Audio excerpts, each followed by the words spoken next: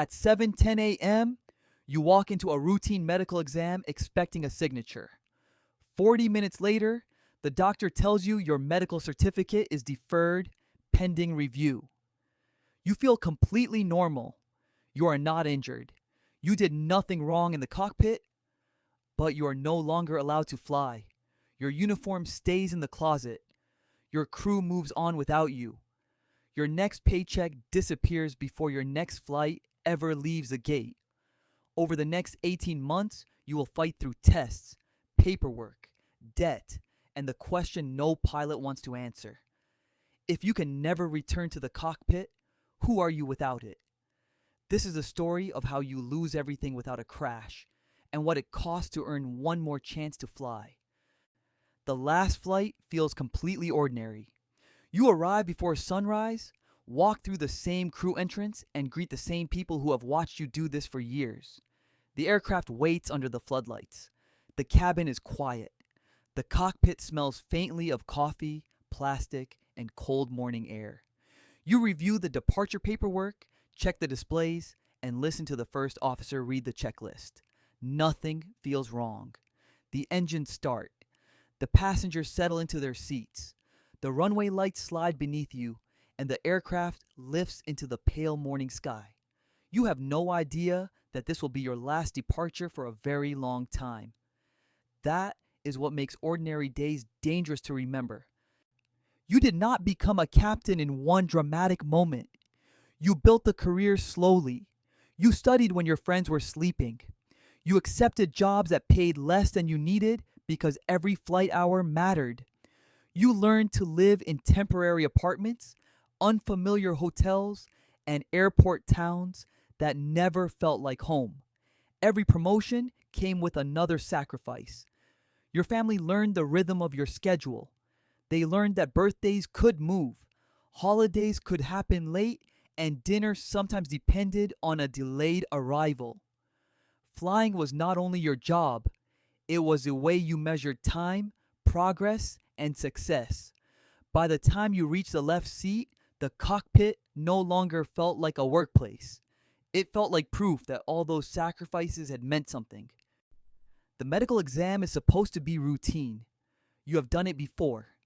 You know the questions. You know the forms. You know the short examination that stands between you and your next year of flying. You answer every question honestly. Your blood pressure is normal. Your vision is acceptable. You feel rested enough, even after several weeks of early departures. Then the examiner places the electrodes against your chest. The machine records your heartbeat. At first, the doctor says nothing. He studies the printout once, then again. You ask if something is wrong. He does not answer immediately. Instead, he asks you to sit back down. The doctor does not tell you that you are permanently disqualified. He tells you something more frightening because it is unfinished. Your certificate cannot be signed today. The result needs further review, more records, more tests, a specialist's opinion. Until the review is complete, you cannot be scheduled for flight duty. You look at the paper on the desk. There is no crash report, no emergency, no mistake, no passenger complaint, only a result you cannot see and a decision you cannot control. You ask how long it will take. The doctor gives you the answer people give when they do not know. It depends. You leave the room with your medical file in your hand and your entire career suspended between two words: pending review. You call operations from the parking lot. The person on the other end already knows. Your medical clearance has not been renewed, so your name has been removed from the roster.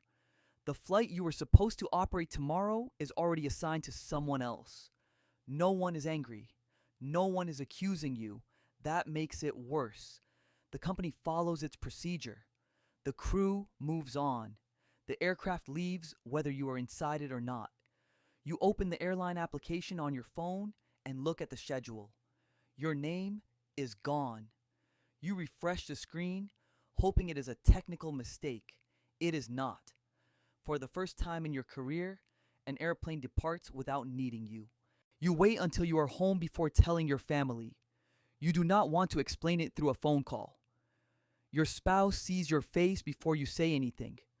You explain the exam, the additional tests, and the fact that nobody can tell you when you will fly again. You choose your words carefully. You say temporary. You say review. You avoid saying grounded, but your family understands the meaning. The uniform remains in the hallway closet. The flight bag stays beside the door. The alarm is still set for the time you used to leave for work.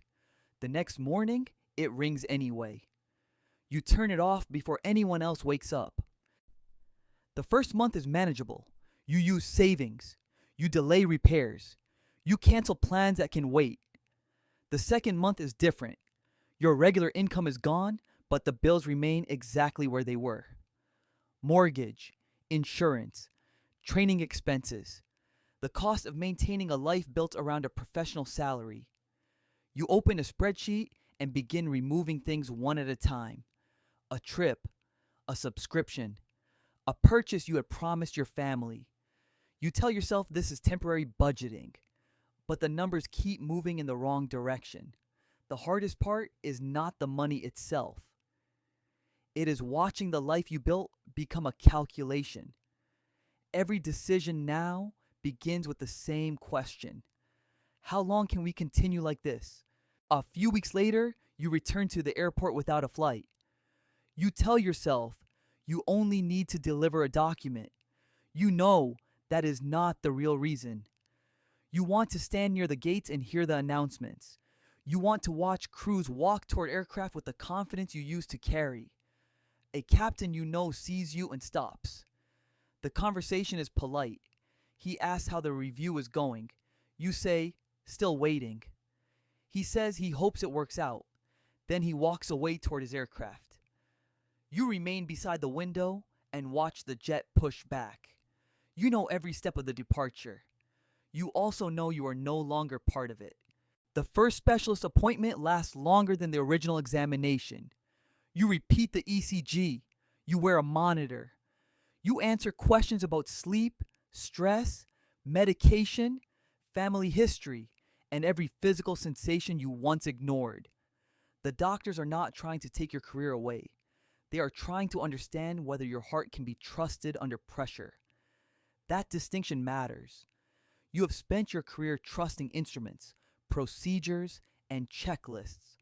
Now your own body has become the system you cannot fully interpret. Some results are normal. Some are unclear. None of them are final. You leave each appointment carrying another folder, another appointment date, and another reason you cannot yet return to the cockpit. While you wait, the rest of the industry continues. Your former first officer upgrades. A colleague sends a photograph from a new route. Someone else posts a celebration after completing training. You are happy for them. You mean it. But each message also reminds you that time is moving without you. You stop opening the group chat immediately. You stop wearing the watch you received after your promotion. You still wake before sunrise, but there is nowhere to go. The silence becomes part of your routine. At first, you fill it with paperwork, then research, then exercise, then nothing. The cockpit used to demand your attention every minute. Now the hardest part of the day is finding a reason to get out of bed. The specialist finally explains what the first test could not. There is an intermittent rhythm abnormality. It does not mean you are about to collapse. It does not automatically mean your career is over. But it does mean the medical authority needs evidence that the condition is controlled and predictable. You listen without interrupting. For months, you wanted a simple answer: safe or unsafe, cleared or rejected. Instead, you receive a process, more monitoring, more documentation, a treatment plan, a period of stability.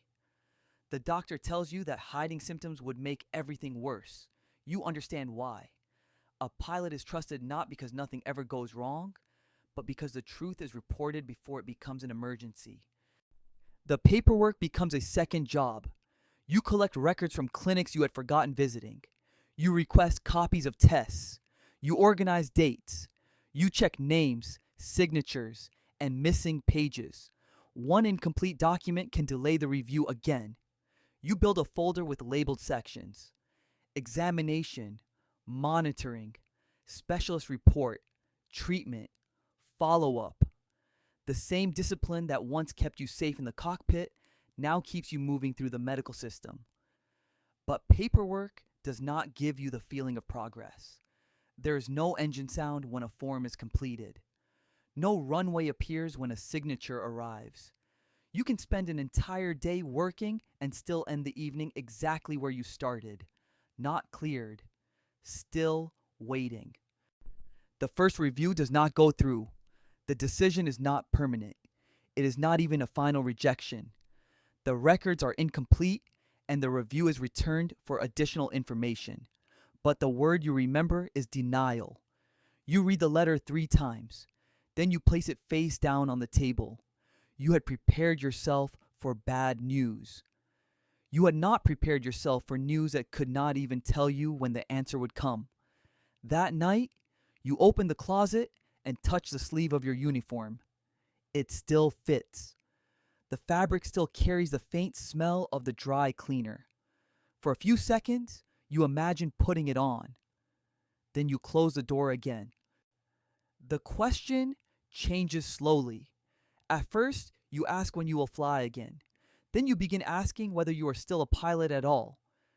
You know the answer should be simple. Training does not disappear because a certificate is delayed. Experience does not vanish because a schedule is empty. But identity is not stored in a logbook. It lives in habits. The way you scan a room, the way you notice weather, the way you listen to an engine, the way people introduce you. For years, pilot came before your name. Now you hear people pause before they describe you. You are still the same person, but the role that made the world understand you has been removed. The treatment plan is not dramatic. There's no single morning when everything returns to normal. There are appointments, medication instructions, monitored exercise, and long periods when the only evidence of progress is that nothing goes wrong. A procedure is scheduled to correct the rhythm problem. You read every page before signing. You ask what happens if it works. You ask what happens if it does not. The doctor explains that treatment is only one part of the process. The medical authority will still need follow-up records and proof of stability. You understand the difference now. Treatment may make you healthier. It does not automatically put you back in the cockpit. For the first time, you stop asking for a shortcut. You begin building evidence one day at a time. 18 months after the medical exam, you are still waiting for a final decision. You are now 48. The treatment has been completed. The follow-up results are stable. You have learned how quickly fear can return when your heartbeat changes, even slightly. But fear is no longer controlling every decision. You have a routine. You exercise. You attend follow-up appointments. You keep records. You report every relevant change. The process has not made you fearless. It has made you honest. You no longer believe that courage means pretending nothing is wrong. Sometimes courage is admitting that you need another test before you are ready to fly. That answer is harder to live with. It is also the answer that keeps you safe. The first time you return to a simulator, you do not treat it like a celebration. You treat it like an evaluation. The instructor does not ask you to prove that you are a hero. He asks you to follow the procedure. You sit in the familiar seat. The displays light up. The controls feel natural in your hands. For a moment, the old confidence returns. Then the scenario becomes busy. Multiple tasks arrive together. The workload rises. Your breathing changes. You notice it immediately. The old version of you might have hidden the reaction. The person you have become calls it out, slows down, and applies the procedure. The simulator does not give you a license. It gives you information. You leave knowing exactly what still needs work. The second medical review is different because your file is complete. Every report is attached.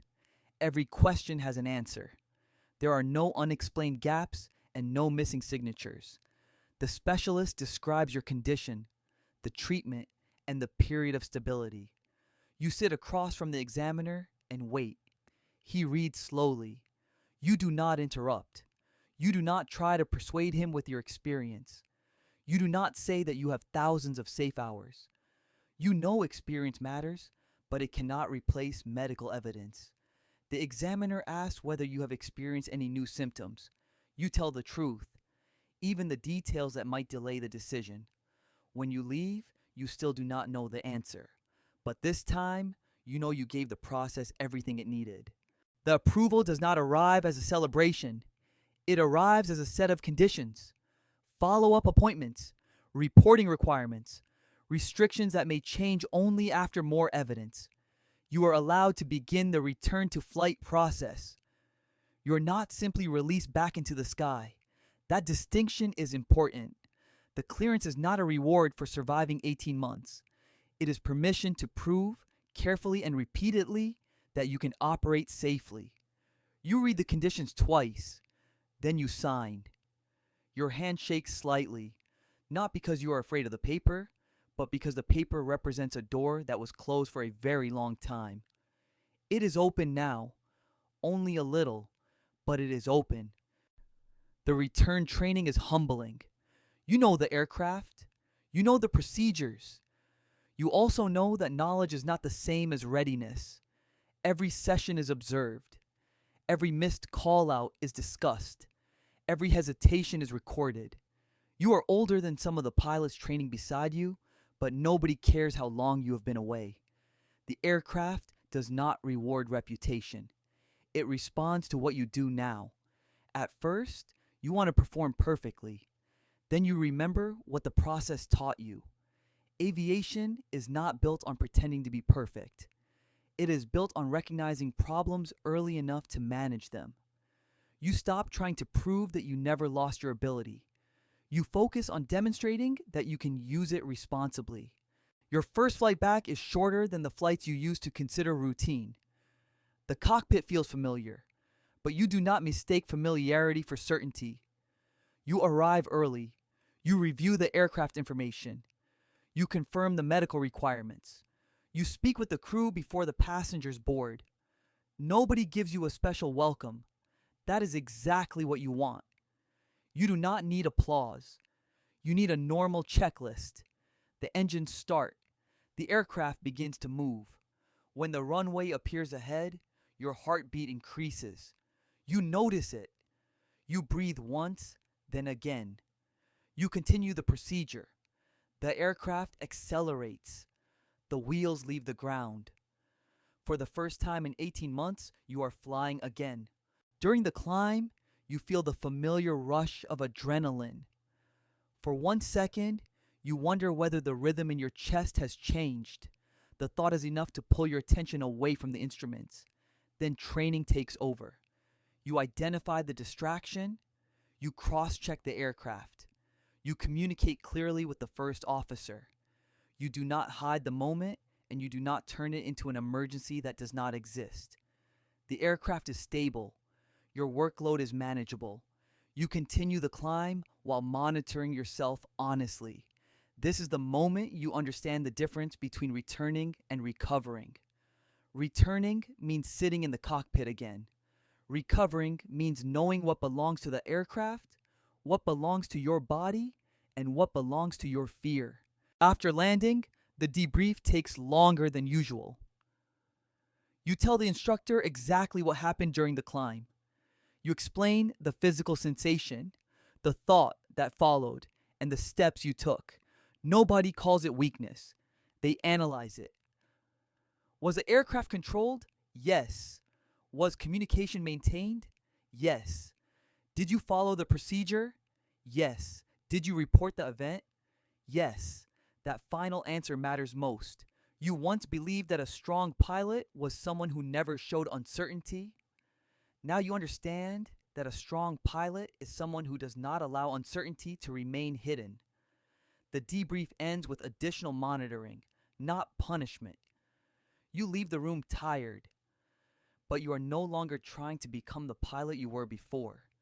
You are learning how to be the pilot you are now. A year later, you still attend follow-up appointments. You still keep records. You still notice your heartbeat sometimes and check yourself before fear can make the decision for you.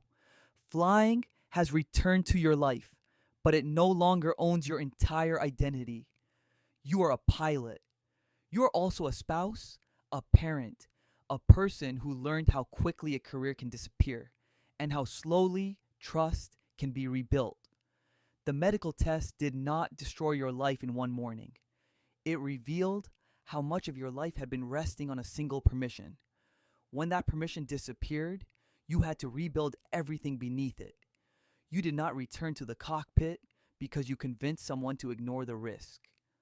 You returned because you respected the risk enough to face it honestly. The aircraft climbs through the morning light.